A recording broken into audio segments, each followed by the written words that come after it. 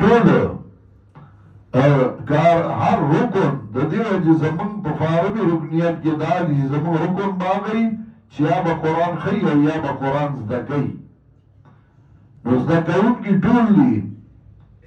او ښوونکي هغه مدرسین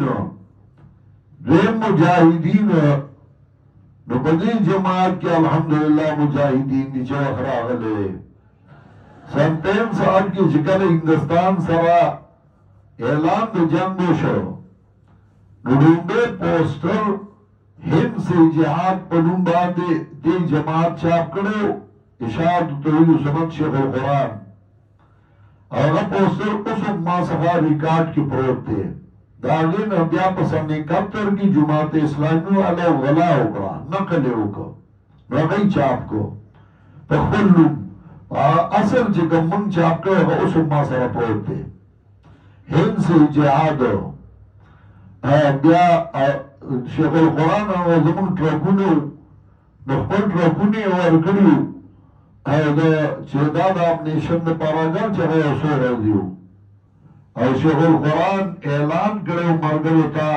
چې د پاکستان د فوج سره ودرېږئ او دا جهاد دی نو مجاهدین بیا چې په افغانستان کې کله روس مداخلت وکړ لومړی جهاد د ګونم نه شروع شو او د دې جماعت ملګرو شروع کړی و دا جدا خبره چې زموږ ملګري ټول عمر چې موقع راشي بیا بل ته پرېږدي کار دی وکړي او بیا انجام بل ته پرېږدي جهاد دی شروع کړی دی کړی دی شهیدان شوي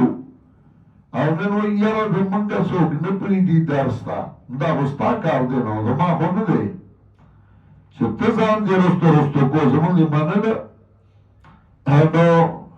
مجاهدین په دې جماعت کې وو او منفقین په دې جماعت کې دي څومره مدارس دي او دا ټول مدارس چلیږي د هغوی په انفاق باندې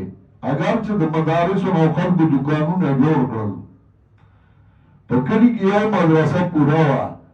نو شل مدرسې به جوړې کړي هر یو دوکاندار یو دوکاندارۍ کامیاب نه وي نو هغه پرېږدي مدرسو ته اړم شي نو مدرسه ده او چانده ده او ګل ده او راټولې او خراو بس شروع یې کړې ده